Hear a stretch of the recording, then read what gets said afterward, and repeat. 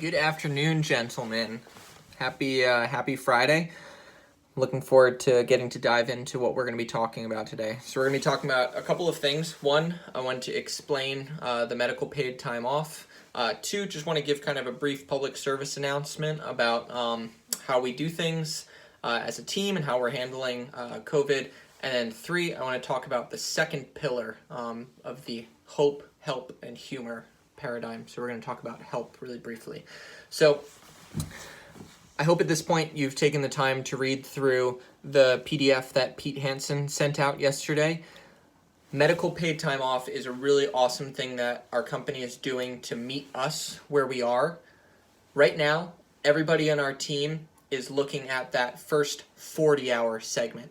So since none of us have declared that we either have COVID or have been exposed directly to somebody who we know has COVID, we're all in that kind of the cautionary first week. So if there is anything that comes up, any symptoms that you have or things like that, I know I've talked to Jason and Rob about this today. If you have any questions about if your specific scenario applies to MPTO, call me, text me, we'll talk about it. I see this as an area that we really should take advantage of because this is something that our company is making available so that we can care for each other.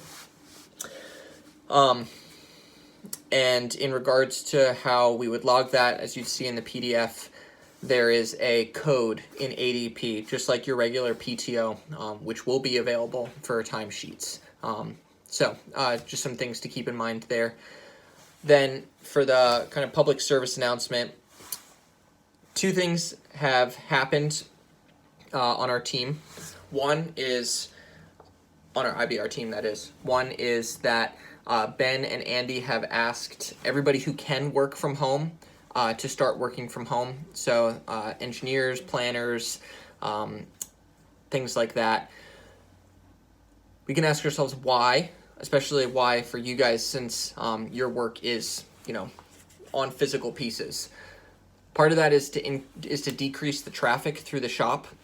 The hope is that we really want to keep you guys making incredible product. So people who are not directly working on physical work pieces have been asked to work remotely. So like today I had to mark some parts. So I came in when Danny's proving out the Sapphire Rotor 1 or working on the new Momentum lathe. Those would be times that he'll come in.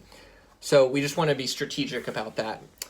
And then Rob and Jason know this, but Ed and Ernie, you'll probably hear this as well. Glenn has decided to take 2 weeks. Glenn Moore has decided to take 2 weeks to be out, just to watch out for his health and his wife's health. One, really respect that, but just want you to be aware that we are figuring out how to accommodate that. So Jason is on the 403 right now, covering Glenn. Rob and I have been talking about creative ways that we can be structuring his time since he will not be with Jason at this period. So that happened.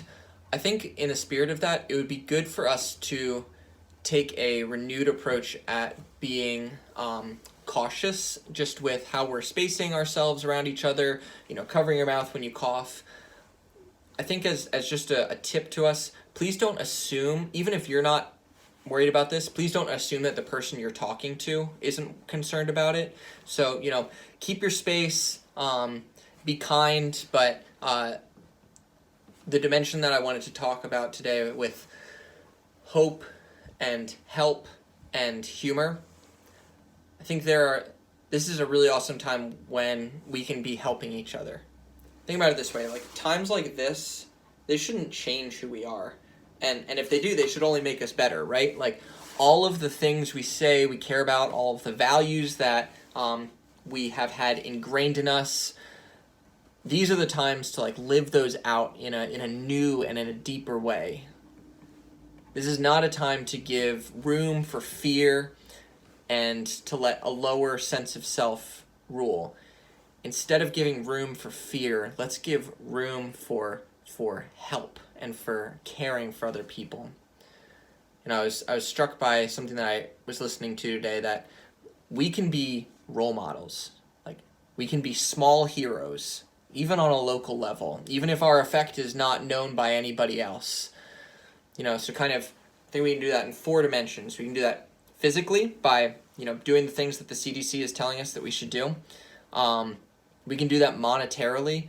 Something that my community group is doing is we're reaching out and seeing, okay, what are the needs that people are having? A lot of people are losing their jobs. Thankfully, we are not. But how can we be covering the people in our community, the people around us? How can we start covering them? Because the need is great. And when needs are great, sometimes we are frozen in action because we don't know where to start. But start with the people around you. And I'd say as a final tip is we can help each other like emotionally and relationally simply by reaching out. Something that Abby and I have been doing is we've been texting our neighbors, talking to our neighbors saying, hey, if you need anything, please knock. And my neighbor has to work from home, and he was having electrical work done, and his Wi-Fi got knocked out, so we're letting him use our Wi-Fi. It's stuff like that we're all going to take losses during this time. But the loss doesn't have to be to our character. The loss doesn't have to be to our relationships. This can be a time that maybe when our rhythm gets taken away, and maybe even when things start getting tough, we can start gaining in the richer things of life, our relationships, our character. So, sorry for going a little long today, but I hope this helps. I'm praying for you guys. My phone is always open, and I'll look forward to hopefully seeing you guys very soon. All right, God bless you guys.